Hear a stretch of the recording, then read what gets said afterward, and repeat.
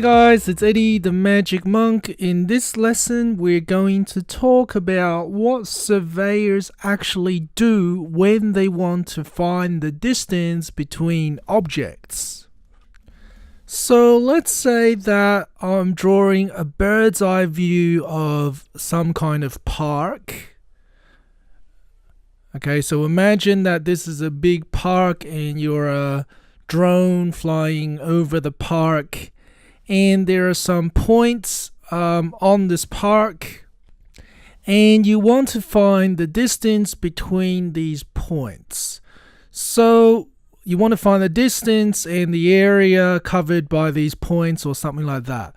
So what the surveyor does is they firstly draw a survey line. Okay, so they draw a survey line somewhere close to all these points, a very simple straight line.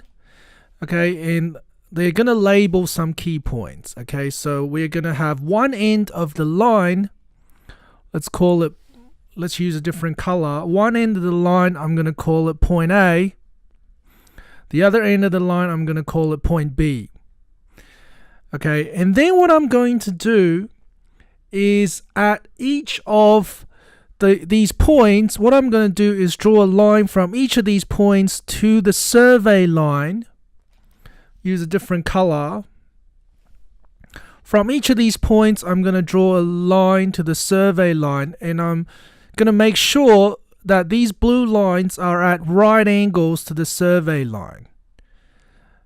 Okay, so this is all right angles, right angle, right angle, right angles.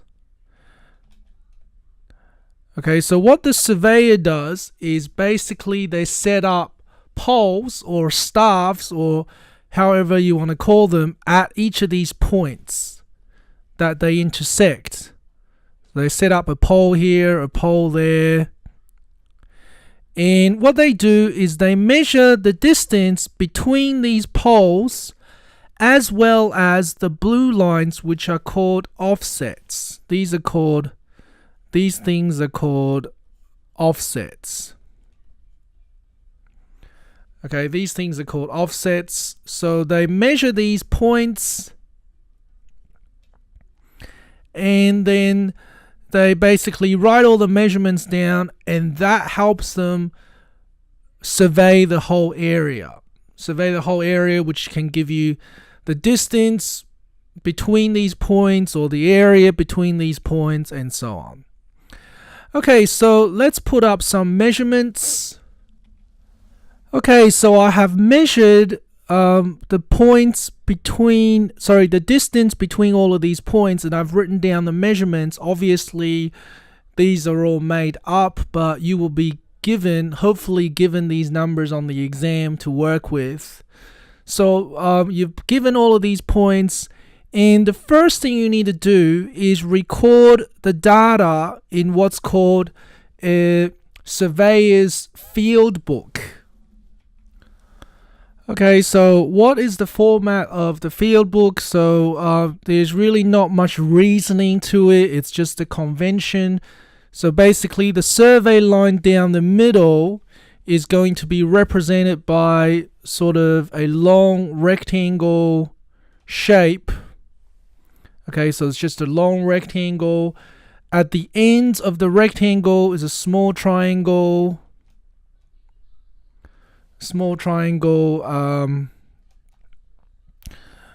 With the symbol A and B. A is the bottom, B is the top.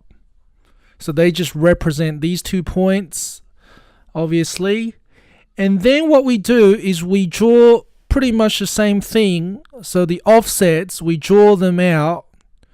Really should have made this equal size to the thing on the left so you can see. Let me just resize it. So at each of these offsets, you will draw a line out with pretty much a similar distance to the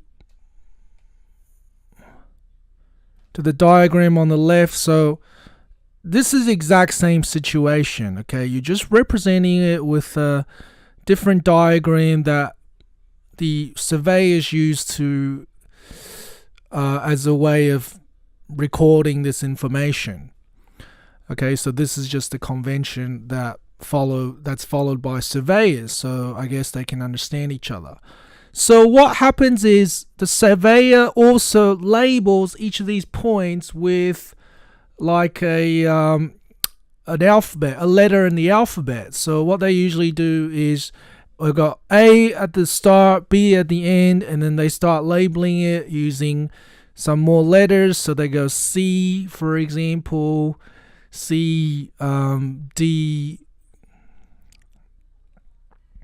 E, F, G.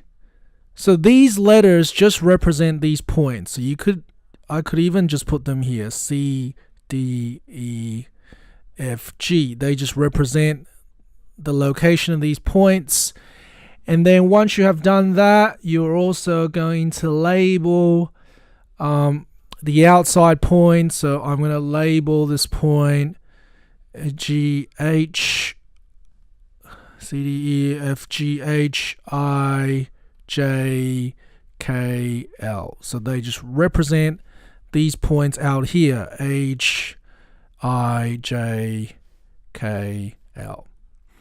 Okay, so you might say, well, what is the point in drawing this diagram? Why can't they just keep it like this?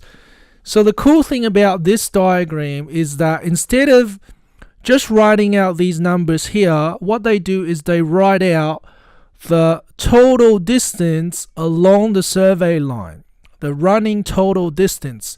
So what do they write? So basically from A to C, the distance is 15. So they write 15 here. And then from A to D. So from A to D, what is this distance? This distance is 15 plus 12, which is 17. So what they do is they write that number 17. Sorry, 15 plus 12 is 27.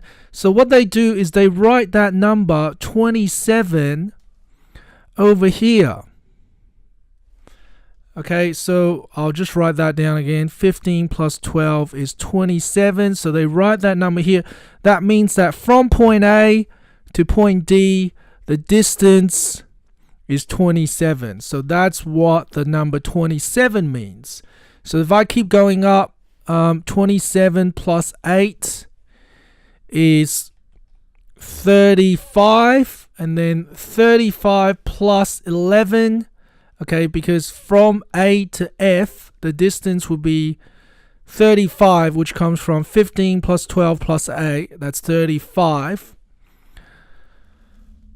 Plus 11, that would be 35 plus 11 is 46, and then plus another 11 to get to G, and that would be 46 plus 11 is 57, and then to get to B, I need to add another 10, so 57 plus 10 would be 67. So they usually write that number below the triangle, but there's not enough room, so I'm just going to write it at the top.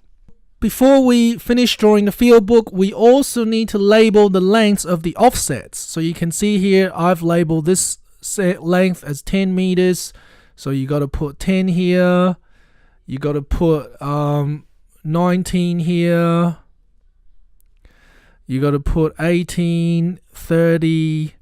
And I forgot to measure this to give you guys a length for this distance. I'm just going to say another 10. And so I'm going to label that here.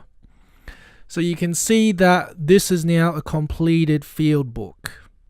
Okay, so now that you guys understand how to draw a surveyor's field book, I'm going to show you in the next lesson how to do some calculations using this field book. Okay, thanks for watching, guys. See you next time.